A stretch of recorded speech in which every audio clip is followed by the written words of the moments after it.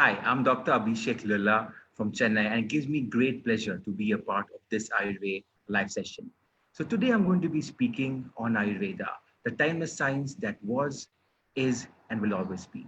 Ayurveda is a 5,000-year-old science and is the oldest medical science in the world. And today I'll be discussing on how it's evolved over years and how it's become a little more user friendly. So research says that 77% of households today use Ayurvedic products. Unfortunately, most of them are not aware that they use Ayurveda in their day-to-day life. As you're aware that a Prime Minister also said, vocal for local. And hopefully, we all will support Ayurveda and make sure that this 5,000-year-old science from India becomes the mainstream science in the world. Ayurveda is the only medical science which lays emphasis on prevention of diseases, which is of utmost importance in today's era. So let's start with a quick introduction to the basis of Ayurveda. Yeah, so I hope you can see the slides here. Yeah, so basically what we see in the world is that the world is made up of five Mahabhutas or the five elements. The five elements are earth, fire, water, ether, and air. And these five elements are also seen inside the body in the form of doshas, which are Vata, Pitta, and Kapha. So all of us have these five elements inside of us.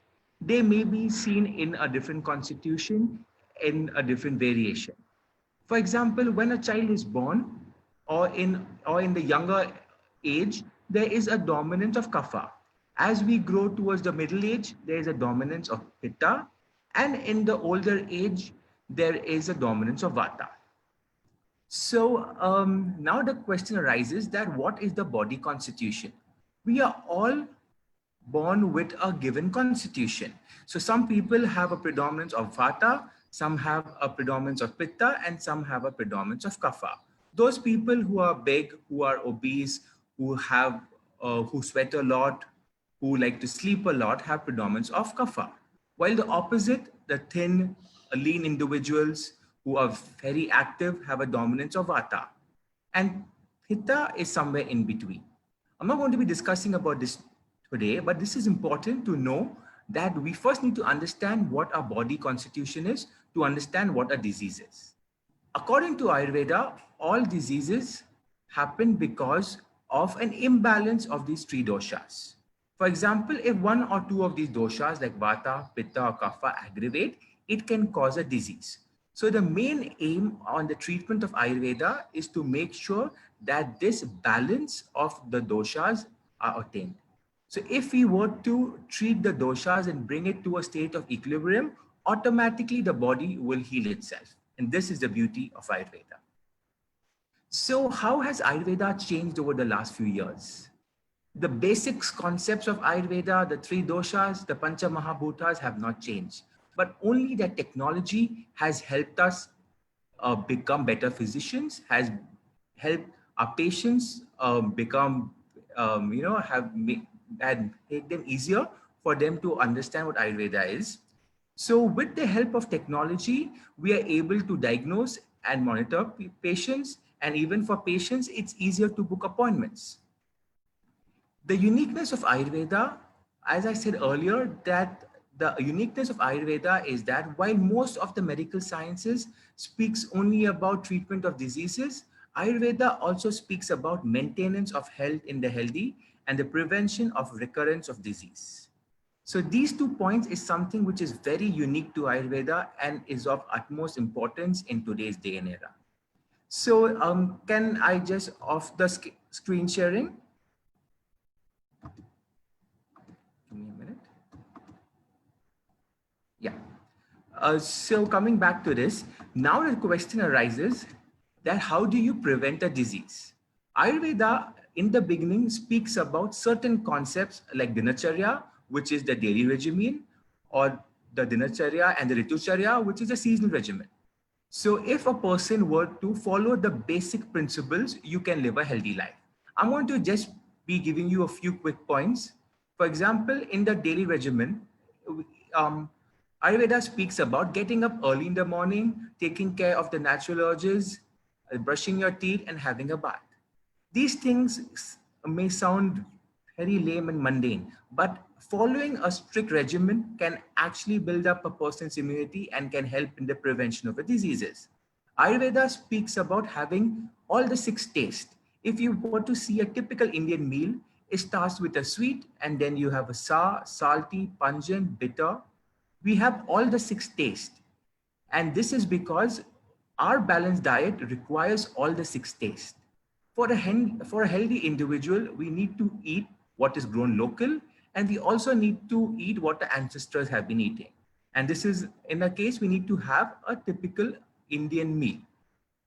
The second part is that a healthy diet is very important in the prevention of a disease.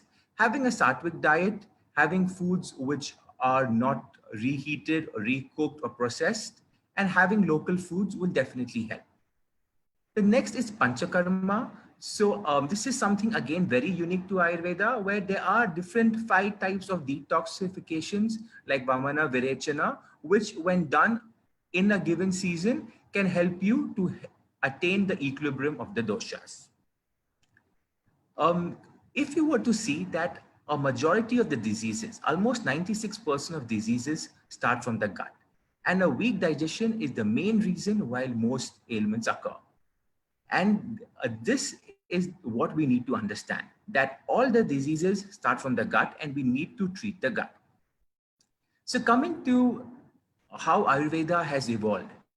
In the olden age, if you were to go and ask your grandparents, they would go to an Ayurvedic Ved who would check the nadi, do the analysis of the prakriti, who would check the tongue and use the 10 types of examination to come to a disease. After that, he would give you the raw herbs and you were asked to go home and take the herbs, put it in the water, boil and filter.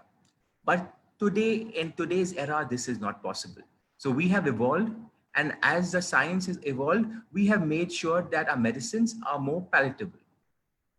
In this era, this is the era of lifestyle diseases. As you know, that 60% of all deaths in India today are because of lifestyle diseases.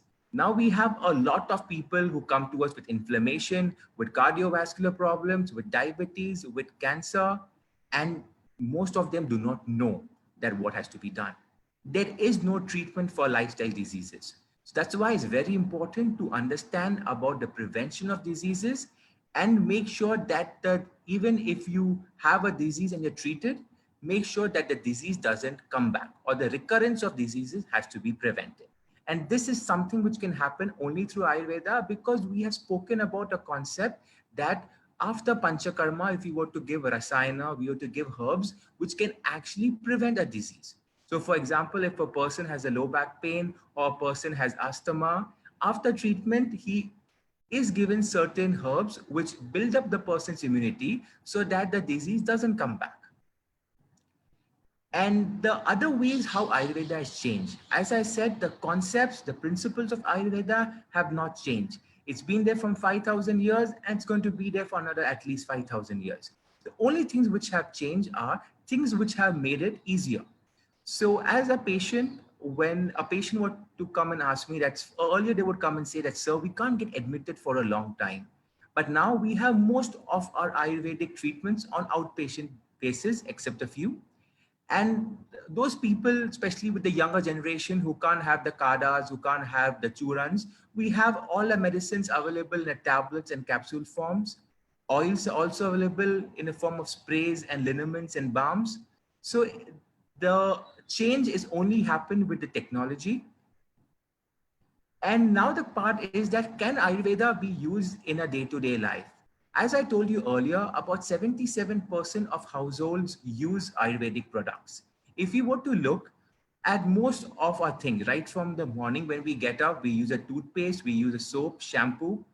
Earlier, a lot of people would use chemical based, but now if you were to go and see, there are chemicals like parabens, like sodium lauryl sulfate, like alcohol, which is seen everywhere.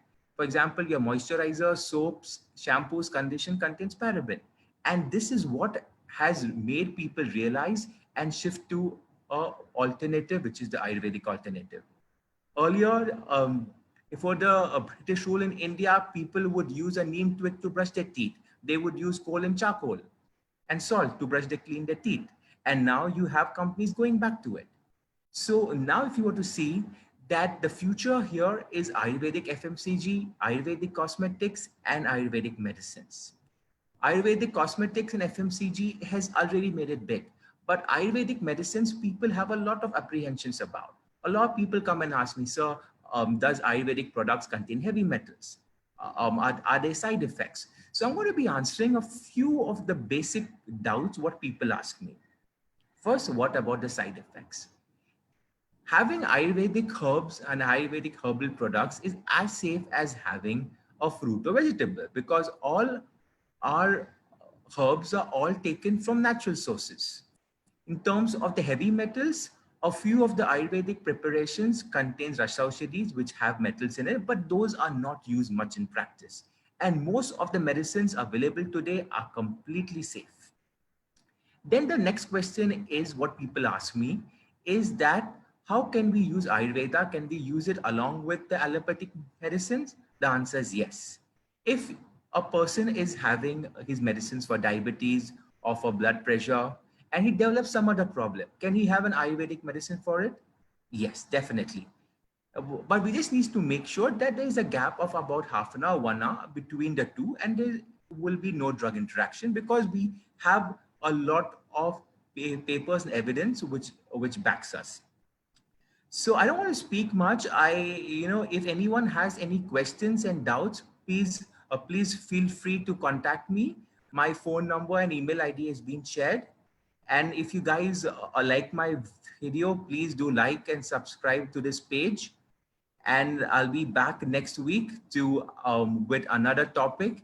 And we will be discussing a lot of simple concepts of Ayurveda moving forward.